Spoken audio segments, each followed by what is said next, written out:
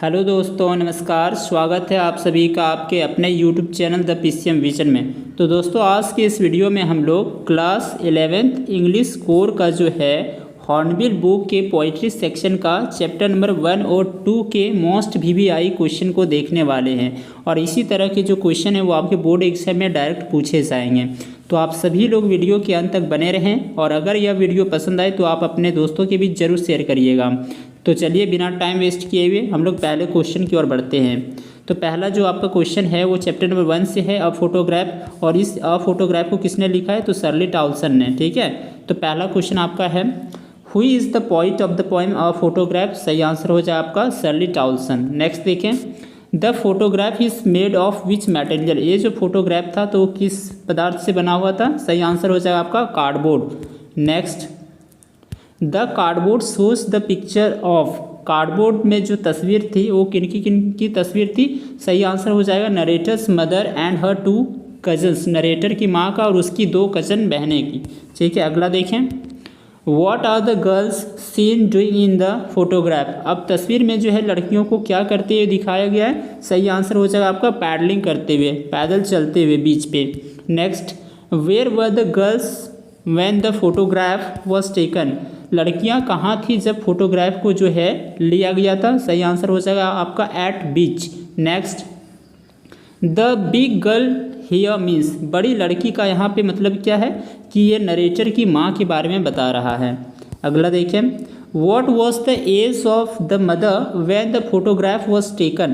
तो सही आंसर हो जाएगा आपका 12 years. Next, besides the narrator's mother? Narrator की माँ के अलावे वहाँ पे कितनी लड़कियाँ और खड़ी थी? 1 या 2? तो सही आंसर हो जाएगा आपका 2।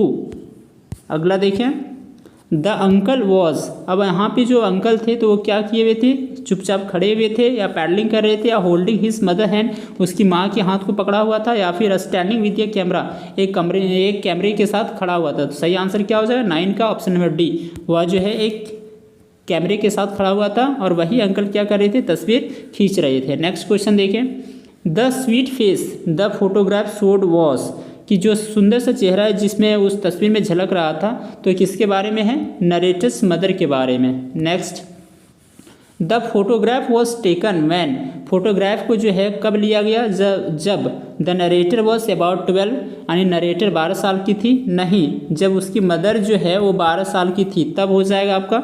ठीक है, यानी ऑप्शन नंबर पहला गलत हो गया। दूसरा, अबाउट 12 ईयर्स एगो? नहीं, the narrator was a child, या फिर the narrator was not even born? सही आंसर क्या हो जाएगा? The narrator was not even born. Next देखें, the word transient shows? Transient का मतलब होता है क्षणिक।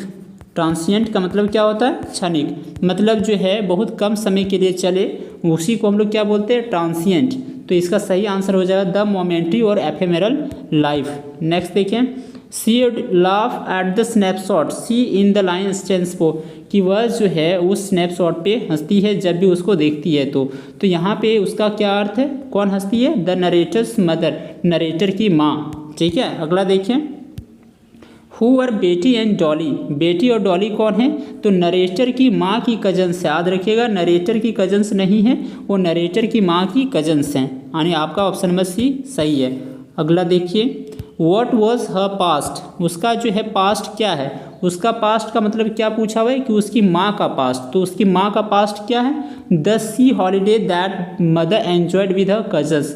उस सी हॉलीडे जो है जो उसने अपने कजन्स के साथ व्यतीत किया था, तो ये जो है उसकी माँ का पास्ट था। अगला देखें, what did the narrator's mother laugh at? Narrator की जो माँ है वो किस पे हंसती है? तो उस स्नैपशॉट को देख करके। अगला देखिए, and look how they dressed us for the beach? और देखो कि उसने जो है हमें कैसे तैयार किया हुआ है बीच के लिए। Who is the speaker of this line? तो सही आंसर हो जाएगा आपका नरेटर्स मदर, नरेटर की माँ। अगला देखें, what is the narrator's past? अब यहाँ पे क्वेश्चन पूछा हुआ है नरेटर का पास्ट क्या है? तो उसकी माँ की जो हंसी है, मदर्स लाफ्टर, ये आपका नरेटर का पास्ट हो जाएगा। लेकिन अगर उसकी मदर की पास्ट पूछेगा तब सी हॉलीडे हो जाएगा आंसर, याद रखिएगा। अगला क्वेश्चन देखिए, question number 19, that girl stands for? That girl यहाँ पे किसके लिए यूज़ हुआ है? नरेटर की मदर के लिए। अगला, the narrator talks about whose death in the last stanza. आपको पता है कि ये जो पोएम है इसमें टोटल 3 स्टेंजा है और इसमें लास्ट स्टेंजा यानी तीसरा स्टेंजा में जो है उसकी मदर की डेथ के बारे में बताया जा रहा है, यानी आपका डी ऑप्शन सही हो जाएगा। आगे देखिए, this circumstance means, this circumstance का मतलब क्या होता है, the death of the mother. अगला, it's silence silences means, silence silences का क्या अर्थ है, आपका ऑप्शन नंबर डी करेक्ट हो जाएगा। Silence caused by the mother's death gives birth to a pall of silence.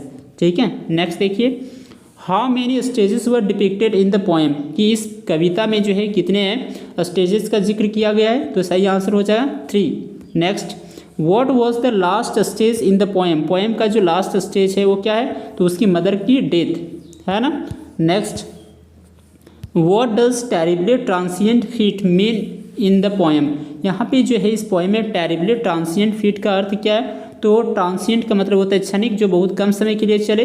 ठीक है, तो सही आंसर आपका हो जाएगा option number A. Her feet represent the mother who changed with the time while the sea remain the same, यानी इसका अर्थ हुआ कि वो जो पाँव है, ठीक है, जो उसकी माँ को रिप्रेजेंट करता है वो क्या है, वो समय के साथ चेंज हो रहा है, लेकिन आपका जो है समुद्र जो है वो उसी तरह से पड़ा हुआ है। और लास्ट क्वेश्चन देखेंगे आप इस चैप्टर का, इस पोइट्री सेक्शन का।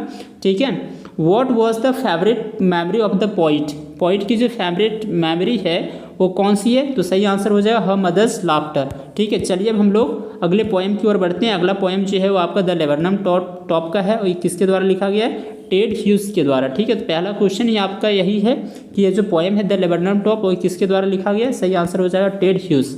नेक्स्ट देखिए, which trees top has been mentioned in the poem, कि यहाँ पे किस ट्री के टॉप का जिक्र किया गया है, सही आंसर हो जाएगा आपका लेबरनम टॉप। आगे देखें, how has the poet describe the laburnum tree top in the beginning of the poem, कि कवि ने जो है यहाँ पे शुरुआती में यानी पोएम के कविता के शुरू में जो है लेबरनम ट्री को किस तरह से वर्णन किया है, सही आंसर है साइलेंट एंड स्टिल, कि एकदम चुपचाप खड़ा हुआ है। अगला देखिए, the month that has been mentioned in the poem is, कि कौन से महीने का जिक्र किया गया है, सितंबर महीने का। Next, what has happened to the leaves, पत्तियाँ जो है क्या हो रही हैं, तो दे आर एलोइंग, वो लोग पीले कलर की हो रही है। अगला, the bird that flies to the tree is, कौन सी पक्षी का जिक्र किया गया यहाँ पे, गोल्डफिन्स पक्षी के बारे में बताया गया है। ठीक है, अगला देखें, how does the goldfinches come to the tree, goldfinches पक्षी जो है वो पेड़ पे कैसे आती है, विद य ट्विचिंग चिरप। ठीक है, अगला, the time of the day described in the poem is, कि कौन सा समय का जिक्र किया गया है, तो आफ्टरनून का। आगे, how does the September sunlight appear, September का सनलाइट जो है वो कैसा अपियर करता है, तो सही आंसर हो जाएगा येलो। अगला, the laburnum tree top remains dash till the goldfinches comes, ठीक है, जब तक कि गोल्डफिन्स पक्षी जो आ नहीं जाती है तो ये जो लेबरनम ट्री का टॉप है वो कैसा रहता है, तो साइलेंट एंड क्वाइट स्टिल रहता है, लेकिन जैसे ही वो आ जाता है वो वाइब्रेंट हो जाता है, शेकिंग करने लगता है। आगे देखिए, how does the goldfinches seat at the branch end, कि गोल्डफिन जो है वो ब्रांच एंड में कैसे बैठता है। ठीक है, सही आंसर हो जाएगा विद य सडननेस एंड स्टार्टलमेंट। अगला देखिए, द गोल्डफिन्स इज कंपेयर टू, गोल्डफिन्स का जो है तुलना किससे किया गया है, एक लिजर्ड से। क्यों किया गया है, तो अगले क्वेश्चन में है क्यों किया गया है, तो इसका सही आंसर हो जाएगा बिकॉज सी इज स्लिक, है ना। अगला देखें, how is the movement of the goldfinches, movement जो है गोल्डफिन्स पक्षी का वो क्या है, तो इसका करेक्ट आंसर हो जाएगा आपका अलर्ट एंड एब्रप्ट। अगला देखें, what does thickness mean in the poem, इस पोएम में जो है वो थिकनेस का क्या अर्थ है, सही आंसर हो जाए among the leaves and branches, यानी पत्तियों और शाखाओं के बीच में। नेक्स्ट, ट्रिलिंग्स आर, तो ट्रिलिंग्स कौन है यहाँ पे, 16 का जो है आपका ऑप्शन नंबर 1 सही हो जाएगा शॉर्ट हाई साउंड्स, जो छोटी छोटी ऊंची आवाज़ें होती है उसी को यहाँ पे क्या बोला जाता है, ट्रिलिंग्स बोला जाता है। Question number 17, a machine starts up of, ठीक है, मशीन जो है कैसे स्टार्ट, यानी यहाँ पे पक्षियों के बारे में बताया जा रहा है कि एक तरह से वे मशीन है, तो कैसे स्टार्ट होती है, वे कैसे उड़ती है, तो चिटरिंग के माध्यम से, ठीक है, यानी आवाज़ के माध्यम से, ट्रिमर ऑफ विंग्स, पंख फड़फड़ाते हुए, यानी आपका जो है ऑल ऑफ दिस सही हो जाएगा इसमें। अगला देखें, the whole tree trembles and thrills with, ठीक है, वो जो पूरा पेड़ है वो कांप उठता है और रोमांचित हो जाता है, तो कैसे रोमांचित हो जाता है, the arrival of the goldfinches bird से, यानी गोल्डफिन पक्षी के आने से जो है पूरा पेड़ कांप उठता है और रोमांचित हो जाता है। अगला देखें, question number 19, it is the engine of a family it here stands for, कि यह जो है उसके फैमिली का क्या है, एक तरह से इंजन है। तो किसके बारे में बताया जा रहा है कि इंजन कौन है, वो पेड़ लेबरनम ट्री है। अगला देखें, what is the identity sign of the goldfinches, goldfinches पक्षी को जो है आप कैसे पहचान सकते हैं, तो बाय हाउ बैड फेस, उसके चेहरे से, है ना। अगला question, bad face means, bad face का मतलब क्या होता है कि जिस चेहरे में क्या हो, स्ट्राइप्स हो, धारियाँ हो, इस तरह से, ठीक है। तो उसी से आप क्या कर सकते हैं, पहचान सकते हैं। आगे देखें, what does the phrase the bad face identity mask mean, कि ये जो फ्रेज है the bad face identity mask, इसका क्या मतलब है, तो सही आंसर हो जाएगा option number B, birds stripe face has become her identity and her symbol of recognition. ठीक है, आगे देखें क्वेश्चन नंबर 23, हाउ कैन ये गोल्डफिन्स बी रिकग्नाइज्ड, कि गोल्डफिन्स को आप कैसे पहचान सकते हैं, तो बाय हर बैड फेस। अगला देखें, what is the meaning of the word eerie, ये जो वर्ड है ईरी, तो इसका क्या अर्थ है, ईरी का मतलब होता है स्ट्रेंज। ठीक है, नेक्स्ट देखिए, the whistle chirp whisperings of the goldfinches are, ठीक है। तो ये जो आपका है the whistle chirp whisperings of the goldfinches are, तो ये कैसा है, तो सही आंसर हो जाएगा आपका स्ट्रेंज एंड डेलिकेट। ठीक है, विचित्र है और नाजुक सी है। आगे देखें, the meaning of launches away, launches away का अर्थ क्या होता है, फ्लाइज अवे, लॉन्च करना मतलब एक तरह से उड़ जाना।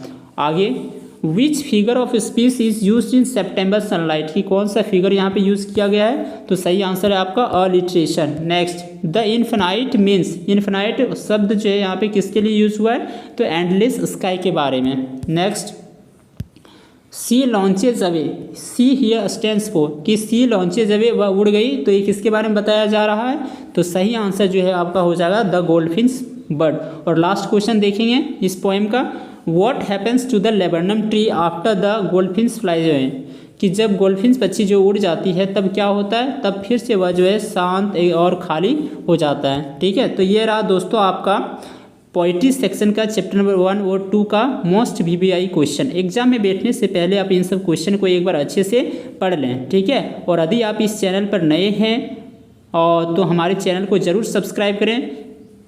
धन्यवाद।